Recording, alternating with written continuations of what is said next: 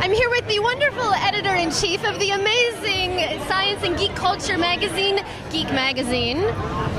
Hi, I'm Dave Williams. Hi. Would you like to tell us a little bit about what your magazine covers? Well, we cover motion pictures, TV, gaming, comic books, almost anything you can imagine, anything that would be here at Comic-Con. I mean, literally, we've been scouring the floor here looking for ideas for upcoming issues. Yes, it's a great place. And now, you guys aren't just a, what's up and coming, you also cover lifestyle, you're a culture.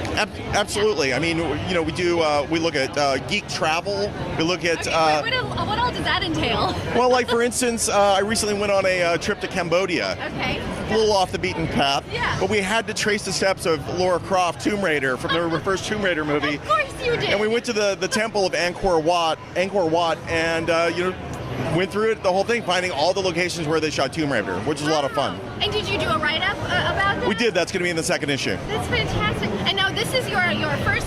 This is the first issue, yeah, the relaunch. Okay, and what's your... So you have the Tomb Raider thing. Can we have any more sneak peeks into the next one? Issue 2, the cover story is, of course, The Walking Dead. It's a preview for third season, and we talk with Glenn Mazzara, the showrunner of the show, and we have a lot of speculative sort of content on what's going to be in third issue based on the comic books, of course. Okay, and you guys aren't just a magazine, you also have an app. We have a fantastic iPad app. It launched with the Comic-Con. It was new for Con. And it became a favorite at Apple, apparently, because they put it in the #1 position on the bookshelf, which is something that's really unheard of for a new app. Yeah. They usually reserve that for big publications. Yeah. This one's going to be geeks and apps.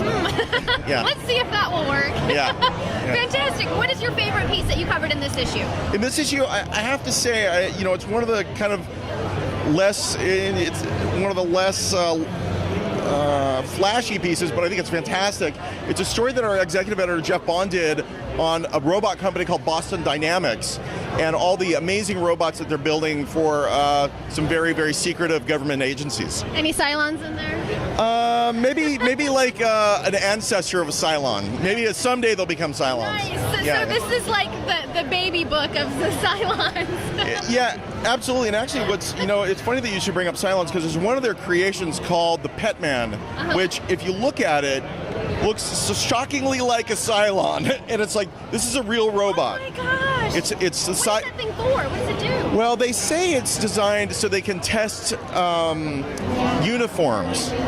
So they dress it in a uniform, but they can make this robot do 1,000 push-ups or 1,000 jumping jacks or run 10 miles. I bet but they say it's for testing uniforms. I don't know what it really does, but it's kind of creepy. It's very creepy. Yeah. It's really scary, and it even has a little red light on the top. It has a little red warning light on top. I know. So when it's running, it doesn't have a head. It has a warning light on top.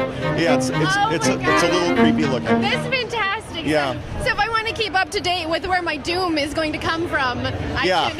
Yeah. And what personally do you love about the science and geek culture? The geek culture, sci-fi, fantasy, and everything, it ties back into science. Yes. And it has inspired so many people to go into the sciences. What's funny is here at the booth, we've had a number of people come up and introduce themselves. One person that came up and introduced himself was from JPL.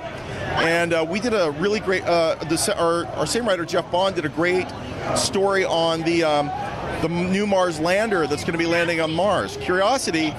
And the guy came to our booth and started looking at the story and said, I work at JPL. I designed the wheels that are on Curiosity. They're going to be on Mars. And he got into science because of Star Trek, because of Star Wars, because of everything else. It's where we came from and it's where we're going. Yeah, exactly. So say we all, while we're still alive. Yeah. Thank you so much. Is there anything else you'd like to say, people to look forward to? Well, I hope people look forward to the second issue. I hope they look forward, they go onto iTunes and check out our app version of the magazine. I think they'll really be impressed by its interactivity. And I hope you'll keep tuning in to your show. Yes, at the Fangirl Academy, where we're covering geek culture with the Fangirl class. Excellent. This is our iPad app, and this is the homepage, and you just go forward, and so you can go right to the table of contents and pick any one of the stories. Like this is the story on the robots that I was talking about. And on the iPad app, we have all these great multimedia content, so we can go right into like little videos. We can go right into a video of the robots. You can't get that on the magazine. No. Creepy. So it's really kind of creepy. Very cool. It's a wonderful app. No wonder it was on the front page or home page. Well, I think they appreciated the amount of the level of complexity that went into it.